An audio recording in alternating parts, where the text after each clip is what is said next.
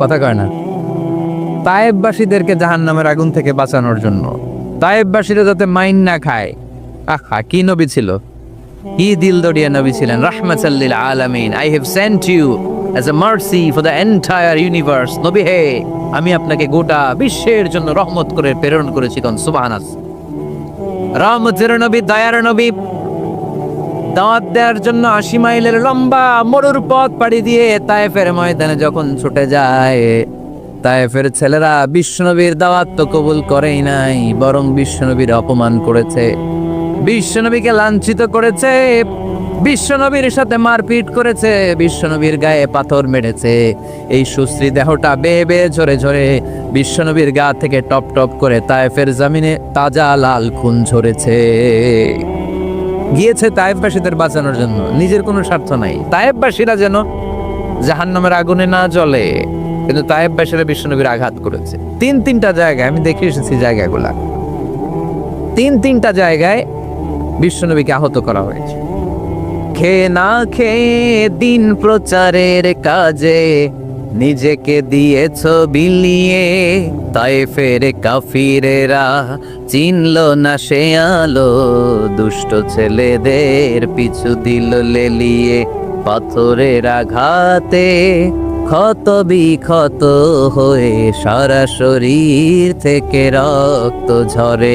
হে রাসূল, তোমাকে ভুলি আমি কেমন করে, হে রাসূল, তোমাকে ভুলি আমি কেমন করে, হাজার ব্যথা বেদনার পরে ফিরে আসনি তুমি আপন ঘরে, দিনের আলো তুমি ছড়িয়ে দিতে, চলে গেলে মদিনায় মক্কা ছেড়ে। হে রাসূল, তোমাকে ভুলি আমি কেমন করে, হে রাসূল, তোমাকে ভুলি আমি কেমন করে। পড়েন আল্লাহু আকবার। বিশাল পথ কাড়ি দিয়ে দাওয়াত দিলেন, বিনিময়ে পেলেন পাথরের আঘাত, রক্তাক্ত হলেন বিশ্বনবী। আব্বাস নামে খ্রিস্টান ছেলে বিশ্বনবীর হাতে কালিমা পড়ে মুসলমান হয়ে গেল। আল্লাহু আকবার। বিশ্বনবী খেজুর বাগানে ঢুকলেন, গা দিয়ে ঝরঝর করে রক্ত বয়ে যায়। সাইয়েদনা যায়েদ রাদিয়াল্লাহু তাআলা আনহু পানি নিয়ে আসলেন। বিশ্বনবী ওযু করলেন, ফজরের নামাজে দাঁড়িয়ে লম্বা কেরাত পড়লেন। কেরাত শেষে বিশ্বনবী বসে আছেন, মন খারাপ। কার মন খারাপ? ৮০ মাইলের পথ পাড়ি দিয়ে আসলাম, মিশন তো সাকসেসফুল হয় নাই, কেউ তো কালিমা পড়ে নাই, আরো আমার পিছু লেগেছে, আহত করেছে আমাকে। বিষ্ণুবীর মন খারাপ। এত কষ্ট করে, এত ভালো মন নিয়ে, এত সুন্দর করে দাওয়াত দিলাম, কেউ দাওয়াত শুনলো না। বিশ্বনবীর মন খারাপ। আর এই দৃশ্য আরশের উপর থেকে দেখে কে? আল্লাহ বললেন, নবী আপনার মন খারাপ, আপনার যখনই মন খারাপ তখনই আমার সাহায্য আছে না নাই? ওয়ালা সাউফা ইউতিকা রাব্বুকা ফাতারদা। আল্লাহ জানিয়ে দিলেন, নবী আপনি জানেন না, আপনি দেখেন নাই, ফজরের লম্বা কোরআনের তেলাওয়াত যখন আপনি করছিলেন, আপনার পিছন দিয়ে একদল জিন চলে যাচ্ছিল। জিন কারা যাচ্ছিল? এই জিন জাতি বিশ্বনবীর তেলাওয়াত শুনে থমকে দাঁড়িয়েছে। কিরে, এত সুন্দর বাক্য তো জীবনে শুনি নাই, এত সুন্দর কথামালা, শব্দের ব্যঞ্জন, ভাষার মাধুর্য, অলংকার কখনো তো শুনি নাই। এটা তো কোনো মানুষের বানানো কথা হতে পারে না, এটা মন্ত্র হতে পারে না, এটা কবিতা হতে পারে না, এটা নিশ্চয় আল্লাহর বাণী। ইন্না সামি'না কুরআনান আজাবা ইয়াহদি ইলার রুশদি ফাআমান্না বিহি। নিশ্চয় আমরা আজীব কোরআন শুনেছি, শুধু শুনেই ক্ষান্ত থাকবো না, যেই কোরআন শুনেছি ওই কোরআনের উপর বিশ্বাস এনে আমরা জিনেরা মুসলমান হয়ে গেলাম। তারা তাদের এলাকায় যে দাওয়াত দিতে শুরু করলো। এই দৃশ্য বিশ্বনবী দেখছে নাকি? বিশ্বনবী তো তেলাওয়াত করতেছে ফজরের নামাজে। বিশ্বনবীর যখন মন খারাপ, আল্লাহ জানিয়ে দিলেন, নবী মন খারাপের কারণ নাই। দিতে আসছিলেন দাওয়াত দৃশ্যমান জাতিকে, মানে মানুষকে, কিন্তু এদের উপর যদিও দাওয়াত ফলপ্রসূ হয় নাই, অদৃশ্যমান এক জাতি, জিন জাতি আপনার মুখনিসৃত কণ্ঠে সুন্দর তেলাওয়াত শুনে পুরো জিন জাতি কালিমা পড়ে মুসলমান হয়ে গেছে। ওয়ালা সাউফা ইউতিকা রাব্বুকা ফাতারদা। নবী যেখানেই আপনি পেরেশান, যেখানে আপনার মন খারাপ, ওখানেই মন ভালো করে দিবে কে? আল্লাহ রাসূল সাল্লাল্লাহু আলাইহি ওয়াসাল্লামের প্রিয়তমা স্ত্রী খাদিজাতুল কুবরা আত-তাহেরা রাদিয়াল্লাহু তাআলা আনহা ইন্তেকাল করলেন। রাসূল সাল্লাল্লাহু আলাইহি ওয়াসাল্লামের হৃদয়টা ভেঙে খান খান হয়ে গেল। চাচা আবু তালেব ইন্তেকাল করলেন, হৃদয়টা ভেঙে খান খান হয়ে গেল। চারদিক থেকে শত্রুতা বাড়তে শুরু করলো, কোনো দিক থেকে সাহায্য নাই। বিশ্বনবী আবার পেরেশান, কই যাব, কোথায় গেলে আশ্রয় পাবো? আমার তো কেউ নাই, কেউ আমার দুনিয়ায় বেঁচে নাই। প্রাণাধিক প্রিয় স্ত্রী খাদিজাতুল কুবরা দুনিয়া ছেড়ে বিদায় নিল। যেই চাচা আমার শেল্টার দিয়ে রাখতো কাফেরদের হাত থেকে, চাচাও চলে গেল। এখন আমি কই যাব? আল্লাহ বললেন, কই যাবেন? জায়গা পান না, আমার আরশে চলে আসেন, আমার আরশে চলে আসেন। সুবহানাল্লাযী আসরা বিআবদিহি লাইলাম মিনাল মাসজিদিল হারামি ইলাল মাসজিদিল আকসা। সুবহানাল্লাহ পড়েন। সাইয়েদনা জিব্রাইলকে দিয়ে আল্লাহ সারপ্রাইজ দিলেন তার নবীকে। কি দিলেন? সারপ্রাইজ শব্দটার সাথে পরিচিত না আমরা? হঠাৎ করে কাউকে এমন কিছু দেখালাম বা দিলাম সে কল্পনাও করে নাই। সাইয়েদনা জিব্রাইল মারফত আল্লাহ তাআলা তার প্রিয় হাবিবকে সারপ্রাইজ দিলেন। তিনি তার চাচাতো বোনের ঘরে শুয়েছিলেন, হঠাৎ করে সাইয়েদনা জিব্রাইল ঘরের ছাদকে উঠিয়ে ফেললেন, বিশ্বনবীকে শাঁ করে নিয়ে হাতিমে শুইয়ে দিলেন, গলার এখান থেকে নাভি পর্যন্ত ছিঁড়ে ফেললেন।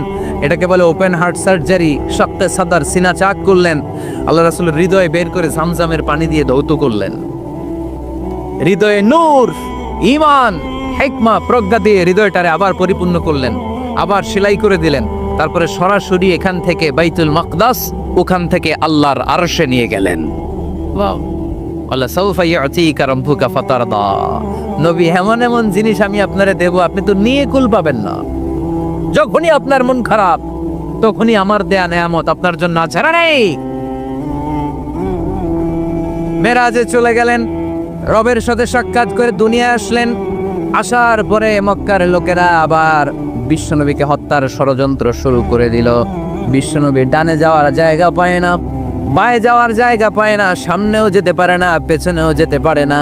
আল্লাহ বললেন, নবী এই এলাকায় আর থাকার দরকার নাই, আপনি মদিনায় চলে যান। তবা তয়্যিবা মদিনাতুন নবী, পবিত্র শহর, যে শহরের মাটিতে বরকত, যে শহরের বালুতে বরকত। চিল্লায় পড়েন সুবহানাল্লাহ।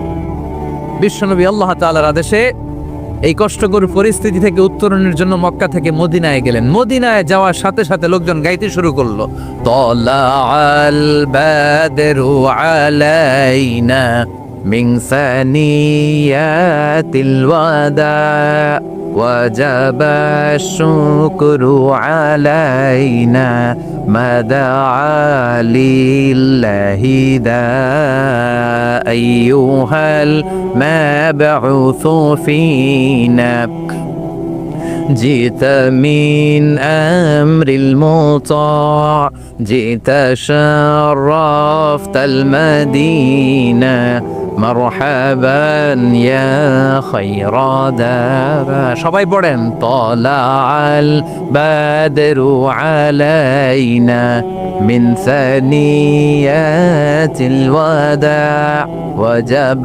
الشكر علينا ما دعا لله دا সুবহানাল্লাহ পড়েন।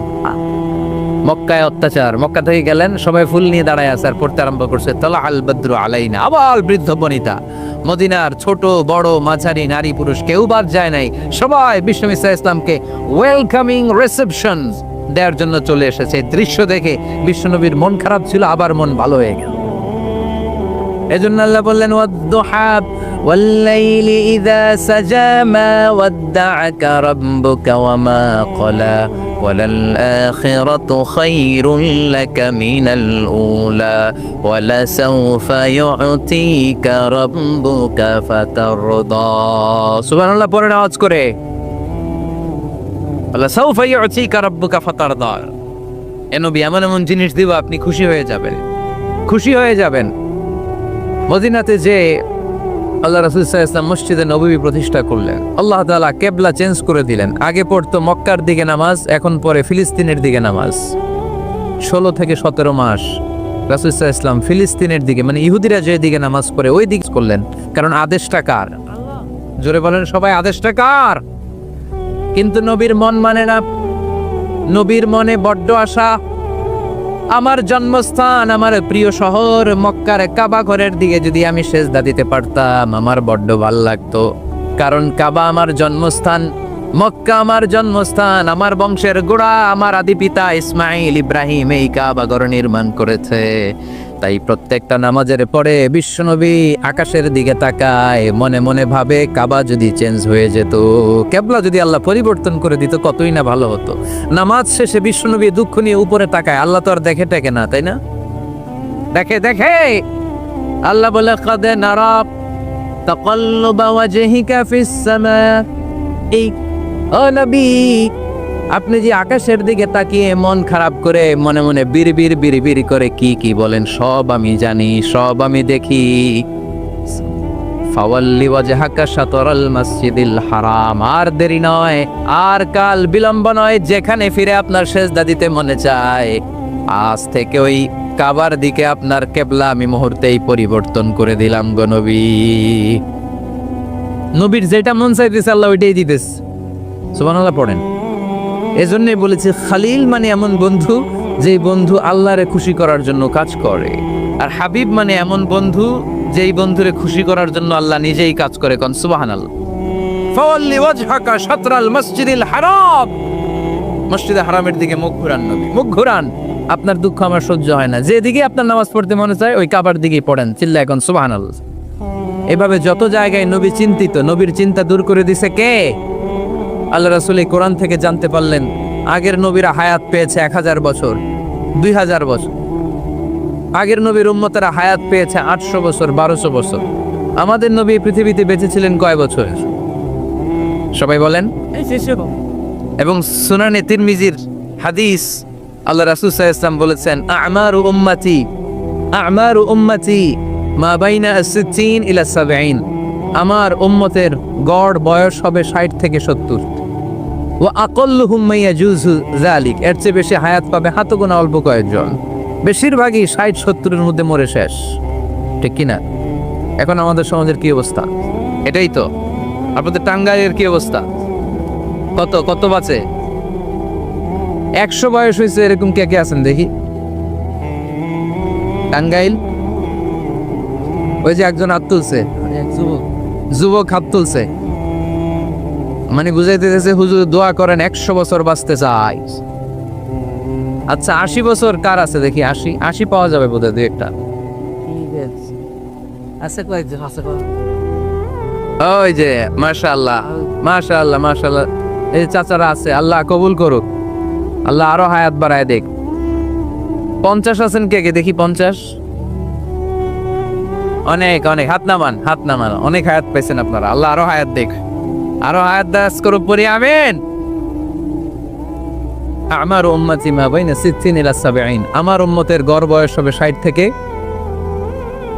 এই কথা শোনার পরে বিশ্বনবী আবার কাঁদতে শুরু করলেন, কারণ বিশ্বনবীর টেনশন হচ্ছে আগের উম্মতের হায়াত পাইছে বেশি, ইবাদত করছেও, আমার উম্মত হায়াত পাইছে কম, ইবাদতের সুযোগও। হায়রে আমার উম্মতের কি হবে, আমার উম্মতের কি হবে? এই নবী তো এমন নবী, সব নবীকে আল্লাহ একটা দোয়া করার সুযোগ দিয়েছিলেন, যে দোয়াটা করা মাত্রই কবুল। এটাকে আরবিতে বলে দাওয়া মুস্তাজাবা। লিকুল্লি নবিয়িন দাওয়া মুস্তাজাবা। সব নবীকে আল্লাহ একটা করে দোয়া করার সুযোগ দিয়েছে, আর এই দোয়াটা করা মাত্রই কবুল। আর সব নবীরা দুনিয়াতেই ওই দোয়া করে ফেলেছে। আল্লাহ রাসূল সাল্লাল্লাহু আলাইহি ওয়াসাল্লাম বলেছেন ওয়া ইন্নী আখতাবিউ দাওয়াতি শাফাআতান লি উম্মতি ইয়াউমাল কিয়ামা। ওই দোয়াটা আমি দুনিয়ায় করি নাই, ওই দোয়াটা আমি তোমাদের জন্য কিয়ামতের ময়দানে যাতে তোমাদেরকে সুপারিশ করে জান্নাতে ঢুকাতে পারি ওই জন্য রেখে দিয়েছি। আহা, কত কষ্টে বিষ্ণু ঈসা ইসলাম ছিলেন, খাবার ছিল না, পেটে পাথর বেঁধেছেন। যদি বলতেন আল্লাহ ওই দোয়াটা করলাম, আপনি খাবার দেন, জান্নাতের খাবার পাঠাই দিত কে?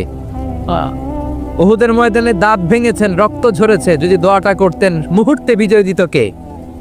কোন পরিস্থিতিতে ওই দোয়াটা বিশ্বনবী করছেন? রেখে দিয়েছে। দেখেন অন্য নবীর সাথে আমার নবীর অ্যাটিটিউডে পার্থক্য। অন্য নবীরাও চাইলে রাখতে পারতো এদের উম্মতের জন্য, না, বিপদের দিনে ওটা কাজে লাগাই ফেলছে। প্রত্যেক নবী একটা করে দোয়া করার সুযোগ পেয়েছিল, যে দোয়াটা করা মাত্রই কবুল। সব নবীরা দুনিয়াতেই শেষ, একমাত্র শুধুমাত্র কেবলমাত্র আমার আর আপনার নবী ছাড়া রেখে দিয়েছেন, তিনি রেখে দিয়েছেন ওই দোয়া আমাদের জন্য, আমার জন্য, আপনার জন্য, আমাদেরকে বাঁচানোর জন্য ওই দোয়া রেখে দিয়েছে। চিল্লায় বলেন ঠিক কি না? রেখে দিয়েছেন। কাঁদতে লাগলেন, আল্লাহ আগের উম্মতেরা হায়াত পেয়েছে 1000 বছর, ইবাদত করেছে বেশি, আমার উম্মতেরা 60 আর 70-এর মাঝখানে মরলে এদের নসিবে কি হবে? আমার উম্মতের তো ইবাদতের সংখ্যা কম। আবার কান্না শুরু করলেন, মন খারাপ আল্লাহ দেখে, নবীর যে মন খারাপ আল্লাহ দেখে। আল্লাহ নাজিল করলেন, ইন্না আনজালনাহু ফি লাইলাতিল কদরি ওয়া মা আদরাকা মা লাইলাতুল কদর লাইলাতুল কদরি খায়রুম মিন আলফি শাহর। সুবহানাল্লাহ পড়েন। আল্লাহ বলে, নবী আপনি কাঁদবেন না, আপনার চোখের পানি আমার সহ্য হয় না। অন্যান্য নবীর উম্মতদেরকে হায়াত দিয়েছি বেশি, কদরের রাত দেই নাই। আপনার উম্মতকে যদিও হায়াত লম্বা দেই নাই, কিন্তু আপনার উম্মতকে আমি লাইলাতুল কদরের রাত দিয়েছি গো নবী। লাইলাতুল কদরি খায়রুম মিন আলফি শাহর, 1000 মাসের চেয়ে সেরা। এই এক কদরের রাতে যদিও 60 থেকে 70 বছরের মধ্যে মারা যাবে, কিন্তু এই এক কদরের রাতে ইবাদত করলে 1000 বছর ইবাদত করলে যে সওয়াব, তার চেয়েও বেশি সওয়াব আপনার উম্মতের আমলনামায় ঢুকায় দিবে কে? খায়রুম মিন আলফি শাহর, 1000 বছর। 1000 বছরে হয় 83 বছর 4 মাস। আলফি শাহর 1000 মাস, 1000 মাসে হয় 83 বছর 4 মাস। এজন্য কদরের রাতে ইবাদত করতে রাজি আছেন তো? বিশ্বনবীর যেখানেই মন খারাপ, মন ভালো করে দেয় কে? সর্বশেষ কিয়ামতের ময়দানে মাকামে মাহমুদে বিশ্বনবী সিজদায় পড়ে কাঁদবেন। আল্লাহ বলবেন, জিব্রাইল যাও, দুনিয়ায় কান্না সহ্য করতে পারি নাই, আজ কিয়ামতের ময়দানেও আমি আমার নবীরে কাঁদতে দেব না। ইযহাবিয়া জিব্রাইল কুল্লাহু মা ইউবকিক, যে আমার নবীরে বলো, নবী আপনি কাঁদেন কেন? সাইয়েদনা জিব্রাইল যে বললেন, নবী আল্লাহ জিজ্ঞেস করেছেন আপনার কান্নার কারণ কি। বিশ্বনবী তখনও সিজদা থেকে মাথা তুলেন না, সিজদায় পড়ে উত্তর দেয়, উম্মতি উম্মতি উম্মতি উম্মতি রব্বি হাবলি উম্মতি। আল্লাহ আমার গুনাহগার উম্মতের কি হবে? আল্লাহ আমার উম্মতের কি হবে? আল্লাহ আমার উম্মতের কি হবে? আল্লাহ বললেন, জিব্রাইল তাড়াতাড়ি যাও, আমার নবীর কান্না আমার সহ্য হয় না। আমার নবীর কানে কানে যে বলো, ইন্না সানুরদিকা ফি উম্মাতিক, দুনিয়াতে যেমনি আপনি পেরেশান অবস্থায়, মন খারাপ অবস্থায় আমি আপনার মন ভালো করে দিয়েছি, আজকে আপনার উম্মতের ব্যাপারেও এমন একটা ঘোষণা আসবে, ওই ঘোষণা পেয়ে আপনি আজও খুশি হয়ে যাবেন গো নবী, আজও খুশি হয়ে যাবেন। ইরফা রাসাক, নবী আপনি মাথা তোলেন, মাথা তোলেন, আর সিজদায় পড়ে থাকবেন না। ইরফা রাসাক, মাথা তোলেন। সাল তুতা, কি চাইবেন চান দিয়ে দেব। ওয়াশফা তুশাফা, যার জন্য রেকমেন্ডেশন করবেন, যার জন্য সিগনেচার করে দিবেন, যার জন্য সুপারিশ করে দিবেন, তার সুপারিশই কবুল করে নেব। চিল্লায় কোন সুবহানাল্লাহ। এরপর বিশ্বনবী সুপারিশ করতে শুরু করবেন আর আমাদেরকে জান্নাতে ঢোকাতে শুরু করবেন। তারপরেও নবী ক্ষান্ত হবেন না।